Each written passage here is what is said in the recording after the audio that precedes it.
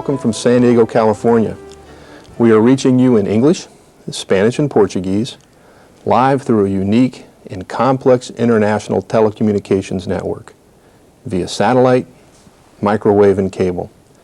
The International Training Center at San Diego State University brings us together once again through this original video conference program, which joins distinguished organizations representing education, business, and government in Mexico, Cuba, the Dominican Republic, Costa Rica, Panama and Colombia, Venezuela, Peru, Ecuador, Brazil, Bolivia, Paraguay, Argentina, Spain, and the United States of America. We once again acknowledge the participation of the Organization of American States in Washington, D.C., and the United Nations Conference on Trade and Development, located in Geneva, Switzerland. Today, we will examine the changing global workplace, its labor markets, and issues of productivity. This is the first video conference for the year 2001 on the series New Generation Knowledge for Productivity and Global Success. Hello, my name is Dan Hopwood, and I will be the moderator for today's program. I'm very excited to be with you today, particularly in that I share a venue with two esteemed gentlemen who will discuss considerations critical to forming meaningful strategies as we look to the next few years. I'd like to welcome back Charles Brass. It's great to have him participate in the program once again, and welcome Dick Bolles, who has authored one of the most popular, successful, and internationally read books of all time, What Color is Your Parachute? Dick joins us today from the San Francisco Bay Area. We want to help you prepare meaningful strategies, and I think both the gentlemen's talks will share these strategies and tactics as we look at your individual career or those of your many constituents and those of your subordinates. A number of technological, social, and economic factors have reshaped the world that we live in, as well as that which we work in. And as individuals and as organizations, we need to adopt new strategies to remain competitive in an international environment and at home. As the new economy pushes towards higher levels of automation, it demands a skilled, flexible, and multinational workforce. As employees, we are asked to perform at higher levels and to add ever more value to our organizations. As employers, we need to produce higher levels of quality at a lower cost to remain productive and competitive. Faced with these challenges, both employers and employees have to adopt new strategies to remain successful. Such strategies involve the concepts of loyalty, career dynamics, and productivity. I'll let Charles and Dick provide more insight as to the relationship of these key words, but in my experience, a significant consideration must be given to each one. Depending on your role, you may consider loyalty, career, and productivity as either an employee or an employer. In fact, this distinction will be made ever more clear as they get into their presentations today. As an employee, we often wonder what benefits accrue for being loyal, while as an employer, we hope that by showing loyalty towards our employees, productivity will increase. Today's speakers will highlight how these notions have changed and are continuing to change.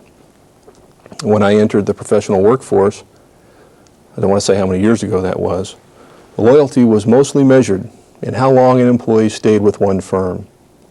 As employment has changed, we have also changed how we measure loyalty and what a career might entail. Charles will discuss how the notion of loyalty has shifted beyond the simple measure of time. In past programs, we have discussed career dynamics in many terms, and in terms of the need to attain employability versus employment. Dick Bolles will address career dynamics in some detail, and as he highlights changes in the workforce and what employers and employees need to do to succeed in the future. It is a pleasure to introduce you to today's speakers. Charles Brass and Dick Bowles. Charles is the chairman of the Australian-based NGO, the Future of Work Foundation. The mission of his organization is to create a better future for work. Charles' previous work experience includes that of an entrepreneur, secondary school teacher, and 15 years in corporate human resources, the last 8 as director of a German-based multinational. Charles has spoken with audiences all around Australia and across the world, and says he enjoys working with people who, like him, are struggling to put the profound changes which have taken place in the world and the world of work into some perspective for themselves. Along with this work experience, Charles has many academic qualifications, beginning with an honors science degree and an MBA. Dick Bowles is a well-traveled speaker and consultant on the topic of careers. This is undoubtedly due to his authorship of the most popular career planning and job hunting book in the world, What Color is Your Parachute? A practical manual for job hunters and career changers. There are more than 6 million copies of the book in print. More than 20,000 people buy this book each month, and it is printed in 12 separate languages. What Color is Your Parachute was selected by the Library of Congress as one of the 25 books that have shaped readers' lives, keeping company with the Bible and the Little Prince. Dick is the author of a number of other books, including Job Hunting on the Internet and The 3 Boxes of Life and How to Get Out of Them, an introduction of life and work planning. He co-authored the Career Counselor's Handbook with Howard Figler and Where Do I Go From Here with My Life with the late John Crystal. Dick also maintains the free Job Hunters Bible website. Dick is an alumnus of the Massachusetts Institute of Technology, where he studied chemical engineering. He completed a degree in physics at Harvard University and received a master's degree at the General Theological Seminary in New York City. It's a pleasure to have both of you with us today. Thank you, Dick. And the picture that you gentlemen will paint for our audience is an essential one. So let's kick off the individual presentations with a question. In today's world of mergers, acquisitions, and alliances, where technology and automation continue to reduce the labor force in almost all industries, why should concepts such as loyalty and employment retention be of any significance for productivity and global competitiveness? And I think, Dick, we're going to come to you first with this one, and maybe you can give us some highlights on loyalty. Well, loyalty has become a very important concept in the good economic times, because employers are the ones who have to figure out a way to get employees to stay loyal to them. Keeping top talent is one of their big issues. But for employees, they've pretty well given up on the concept of loyalty from the organization where they work. Okay. Charles, some of your comments. Yeah, I think Dick's right. From an employee perspective, loyalty is a somewhat difficult term. But I think what's critical about this is that given that human beings are interactive and social creatures, we have to, in our business context, come back and have another look at loyalty. If our business world forces us to be only individuals, I think we're destroying something that's essentially human and probably not doing our businesses much good either. I think the concept of the individual and loyalty is something that both of you will bear out more as today goes on. Thank you, gentlemen. Now let's move on to our first presentation, where Charles will discuss the issues of loyalty and productivity.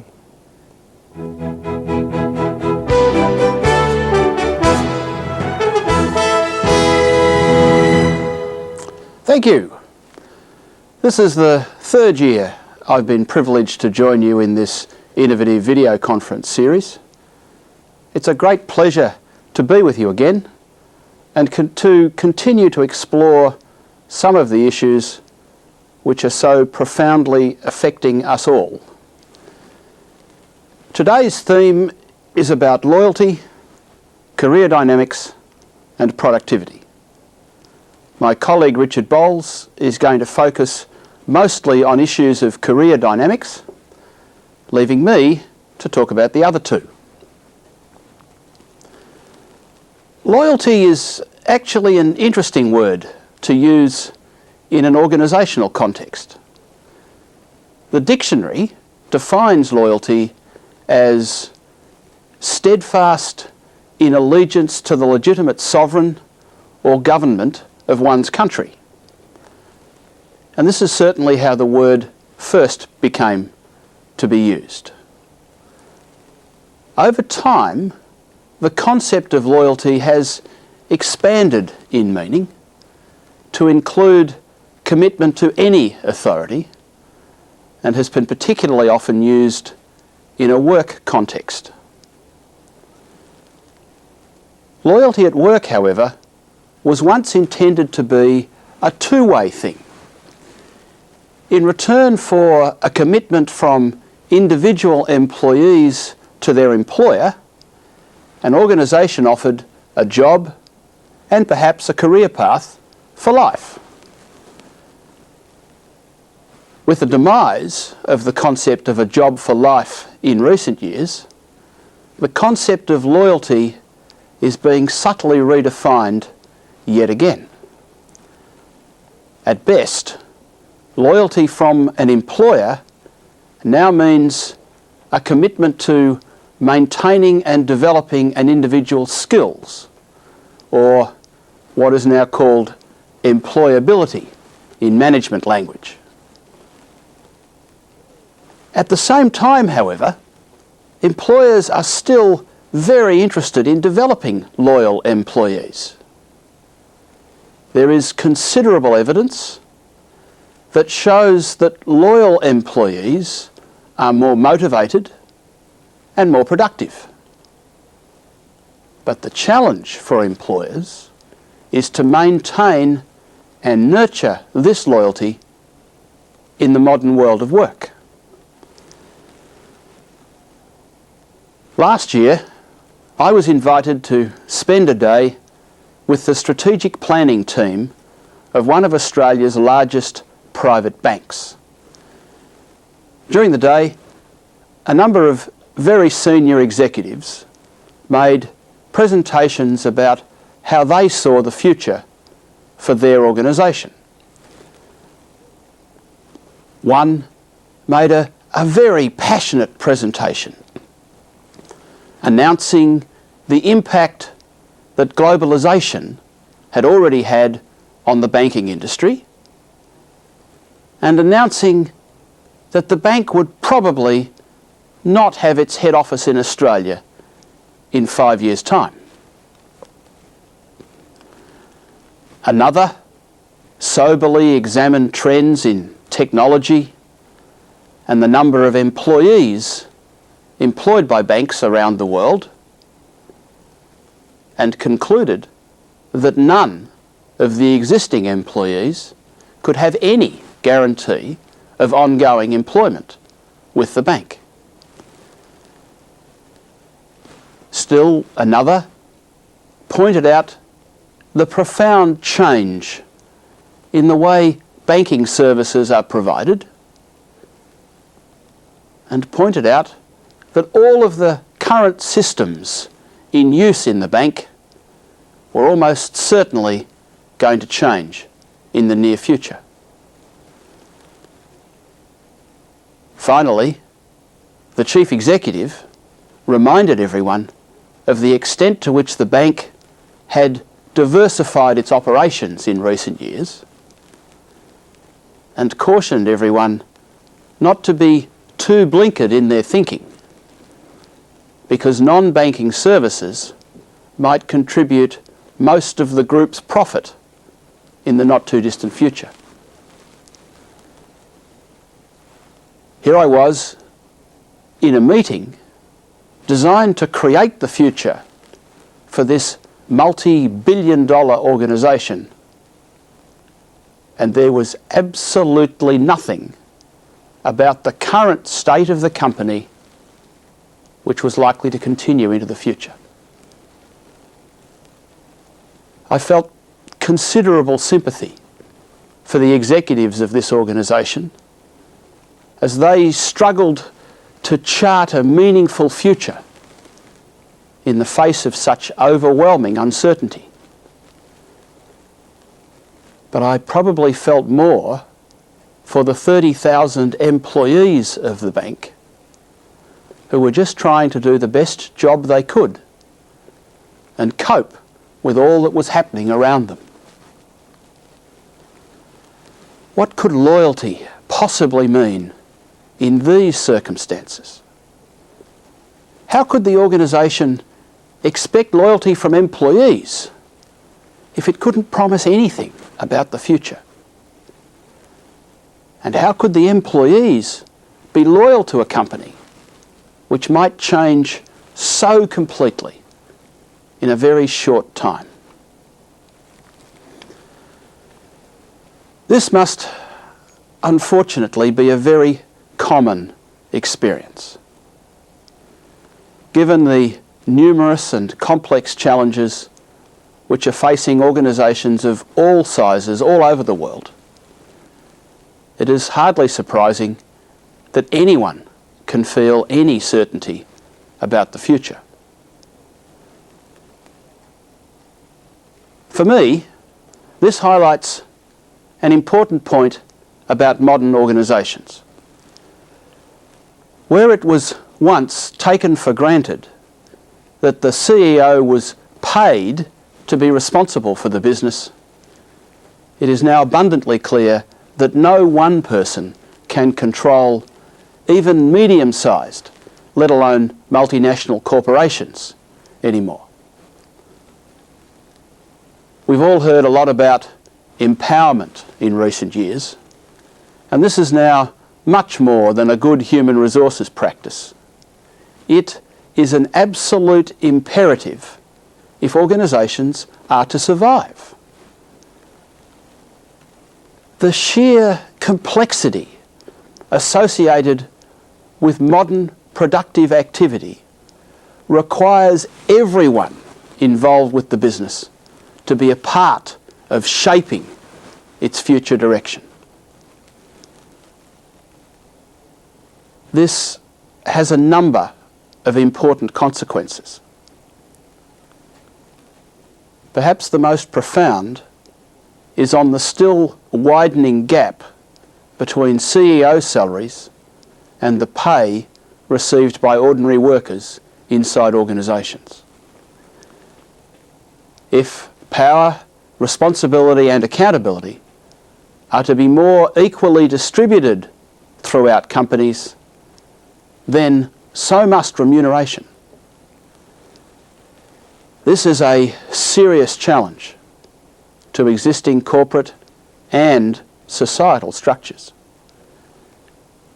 The gap between the rich and the poor continues to widen across the globe. And where once this may have been justified on the grounds that the rich knew more or were more responsible or accountable, this is fast becoming less true. One of the absolute virtues of the internet is that now anyone can know virtually anything. And all of the changes inside organisations are making ordinary employees increasingly responsible for the success of the business.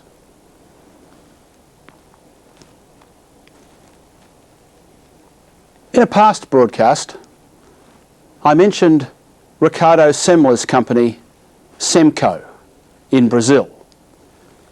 This continues to be an excellent case study of the way in which successful modern organisations can create structures and systems which allow all employees to feel that they have a valued place.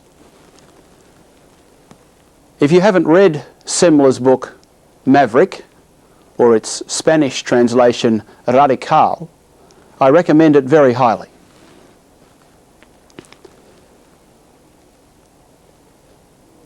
You probably won't be surprised to hear that I read a lot about the changing world of work. But you might be surprised to know just how often the concept of loyalty is discussed in the books and articles that I read. Very often, the whole idea of loyalty at work is just dismissed as irrelevant in this modern world. But one interesting variation comes from Al Guinea, the author of My Job, Myself, who coined the phrase sequential loyalty. According to Al, neither employers nor employees readily offer or expect eternal, absolute loyalty and commitment from each other. And he sums up the way many employees see loyalty in the modern workplace as something like this. If the company does well by my efforts, fine and good. But my motivation is personal and purely selfish. I want to do a good job because I want to make a decent living. They're in the money, they're in it for the money, and so am I. Guinea suggests that one is loyal first to one's skill or profession and only secondarily to one's immediate place of employment. Organisations are understandably reluctant to commit to long-term employment when their businesses face increasing volatility and uncertainty. And individuals are finding that the only way they can get and keep a good job is to maintain and develop their own skills and portfolio of experiences. This view is consistent with many trends in the world of work. The number of full-time, permanent jobs is decreasing, and part-time, project and contract type work is on the rise. These figures are for Australia, but this trend is clearly evident right across the world. I think it would be a pity if employment were reduced to a succession of short-term contracts. There is already much too much emphasis on short-term thinking in the modern world. But this trend does at least have one good side. It forces each of us to take responsibility for creating our own future, rather than relying on someone else to provide for us. If we are to increasingly work on short-term contracts, then at least we can make sure that each contract works for us too. This is a huge shift from the world of the 1950s and 60s, where becoming a company man was the definition of success for many people. When I think back to the bank example I gave earlier, I'm not sure that even the senior executives could be called company men any longer. They, as much as any of the other 30,000 employees, are threatened, challenged, and set free by changing corporate dynamics. So, what are the consequences of these shifts for productivity at work? Surprisingly, this is not a simple question. By most measures, productivity at work has increased dramatically over the past 30 years. Businesses now make much more at a better quality level, using less resources and producing less waste than they ever have. But identifying the labour component of this productivity is not easy. Much of the reason for increased productivity is technological. Not only are we now capable of creating machines which can be programmed to efficiently produce virtually anything we need, but our increased understanding of the way in which the world works allows us to produce much more using less resources and with less waste than ever before. For people at work, however, the productivity equation is not so clear-cut. At one level, technology and the shift towards the management of information means workplaces are becoming safer and less physically threatening, for most people at least. There's actually a paradox here, and one that troubles me quite a bit. On one hand, work is becoming less physically demanding. More than 2/3 of workers in the developed world are now only involved in the management and manipulation of information. At the same time, the world's population is ageing. There will be more people aged over 65 in the developed world than aged under 15 for the first time in history, probably this year. This increase in life expectancy is accompanied by greater mental and physical health. Australians, for example, spend half of their lifetime health costs in the last 18 months of their lives. Yet, in my home country at least, there is a marked reluctance to hire older workers. A recent survey of human resources practitioners in Australia revealed that not one of them would hire a 55-year-old into a significant corporate role. Not one. We in the West have foolishly forgotten what David Suzuki called in one of his books, wisdom of the elders, and what Indigenous peoples across the world have known for centuries, that wisdom is only gained through life experience. It is folly to believe that improving productivity at work only means hiring young people who are prepared to commit themselves to nothing but their job and work unbelievably long hours. In an era where jobs were physically demanding and wore our bodies out over time, this might have been defensible.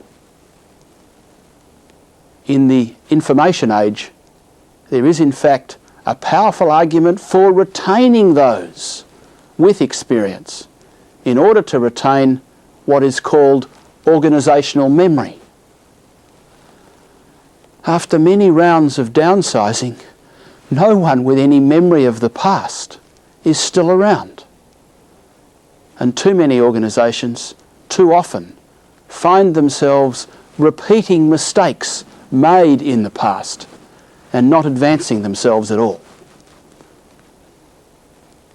And furthermore, because employees are often encouraged nowadays to narrowly focus on achieving the objectives of their immediate project, they're often less creative in helping their overall organisation grow and flourish. Older workers are often perceived as being set in their ways and less creative than the young. If this is true, and often it simply isn't, it's more often a reflection of an organisational culture which considers anyone with grey hair as being past it, rather than a reflection on the capacity of the older worker. These comments apply as much to government and education organisations, but there are also some particular productivity-related issues which apply in these two special types of organisations.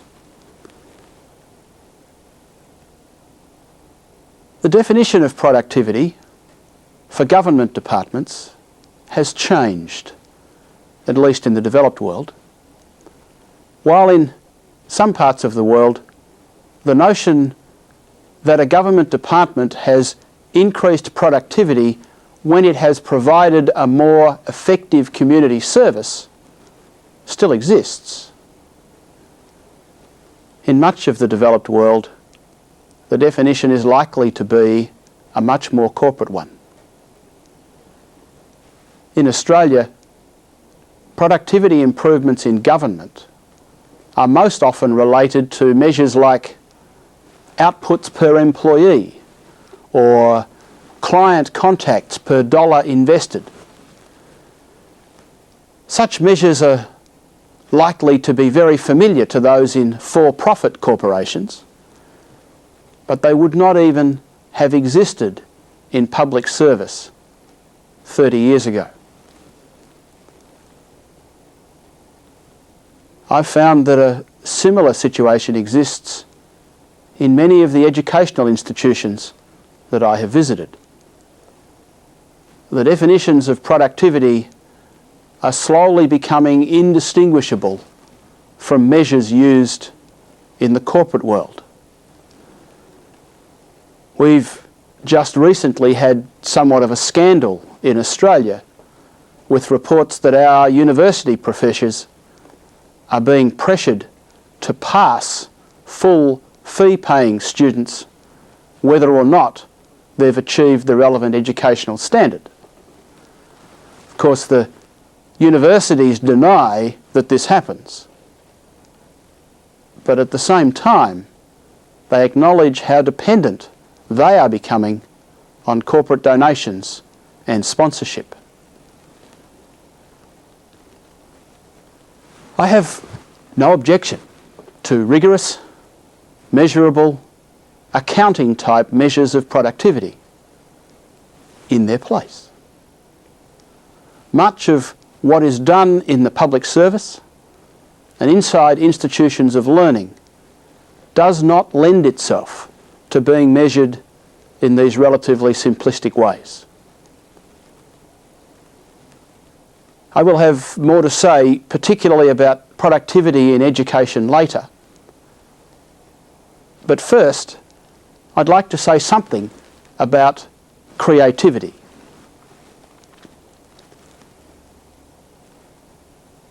Creativity is an important aspect of productivity at work, and one that is often overlooked in organisations which are increasingly managed through position descriptions and key performance indicators.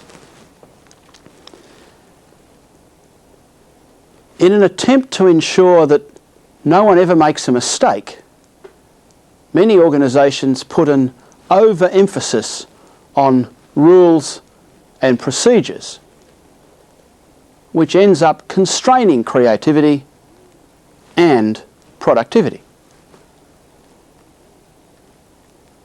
I learned the folly of this approach thanks to a very wise mentor when I worked in the Ford Motor Company more than 20 years ago. At the time, I was a very junior employee, responsible for the organisation of an apprentice award night. And I was in the office of the most senior manufacturing executive responsible for multi-million-dollar production facilities. While we were talking, his phone rang and he put it on loudspeaker. It was the managing director of Ford Australia, who began by very aggressively asking Mr. Devison what the hell he'd done this time. During the next 20 minutes, it became clear that Mr. Devison had been required to spend $250,000 moving some critical equipment twice because the first location he'd chosen was inappropriate. The managing director was quite angry and he became very personal in his comments, but Mr. Devison made no attempt to have me leave the room. Eventually, the call ended with a sincere apology from Mr. Devison, who admitted he'd made a mistake, and when the call ended, he turned off the phone and casually returned to our conversation. I was quite shaken by the call, and I asked him how he could take such accusations so calmly. Then he did something I will never forget. He put his arms behind his head, leaned back in his chair and said, "Charles, who would you rather be? Someone who does 5 things a year and gets 4 of them right, or someone who does 100 things a year and gets 80 of them right? Both have an 80% success rate."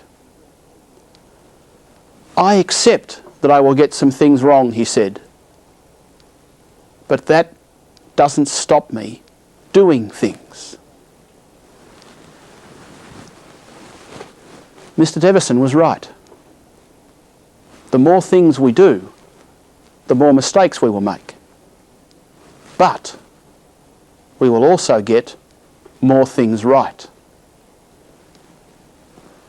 The real productivity improvements still to be made at work involve letting people make mistakes, so long as they and their organisations learn from them. To stay with this point just one moment longer, another important consequence of management without mistakes is the tendency for nothing to be done until everyone agrees that it's a good idea, or, to be cynical, until everyone has found someone else to blame if it doesn't go as planned.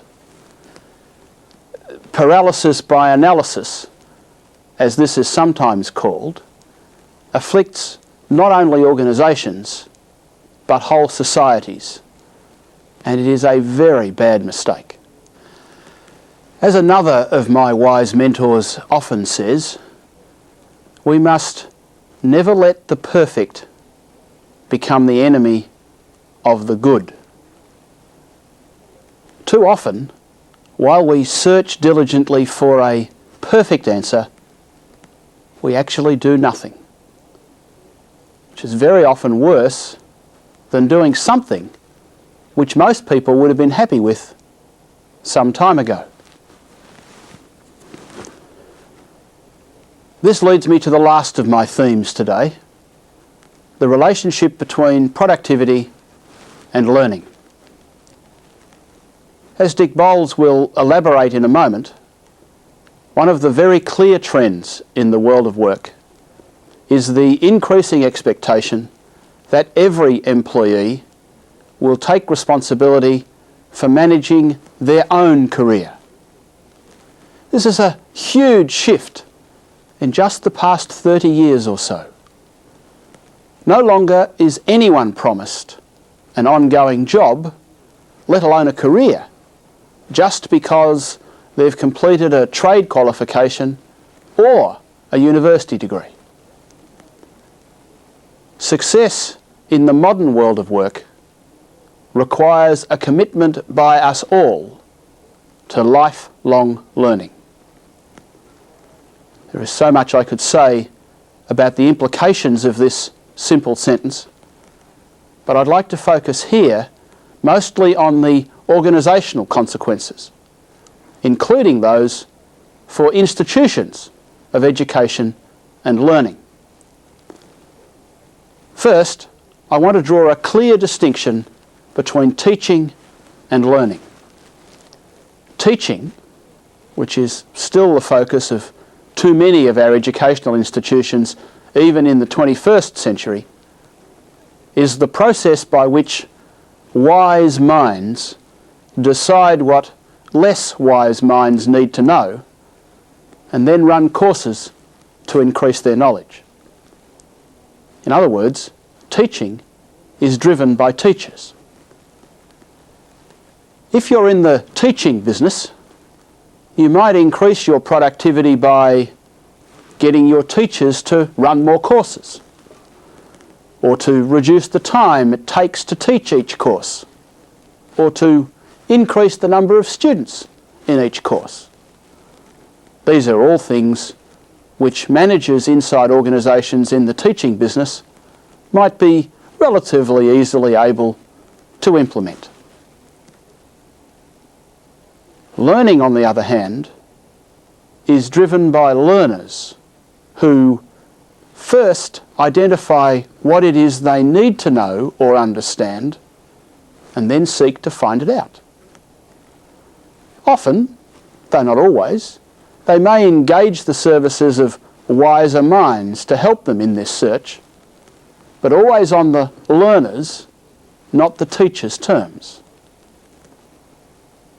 Being in the learning business is quite different from being in the teaching business, in exactly the same way as being in the customer service business is different from being in the product supply business. Learning businesses are driven by the needs of the learners, not the teachers. And increasing productivity requires getting closer to learners and better understanding their needs. Being more productive in a learning business comes from being more efficient in the use of the learner's time, from wasting less of their time and getting them more quickly to where they want to be. When I talk of a learning business, I'm not only thinking of formal institutions of learning, universities, technical colleges and the like. It is true that the shift from teaching to learning has profound implications for these institutions. But there is just as much relevance here for every organisation, large and small. There are limits to the productivity improvements which can be directed by those at the top of the organisation, the teachers. The real productivity improvements, which remain to be made in most of the business world, will only come when those throughout the organisation are freed up to creatively explore and to get what they need to be better at what they do. Technology has brought productivity improvements of perhaps 3% per year in recent years in the United States alone. Freeing up employees to become true learners could easily double this. There is a huge opportunity here for all organisations to improve both their performance as a company and their relationships with their employees. The benefits are simply too large to ignore. Thank you.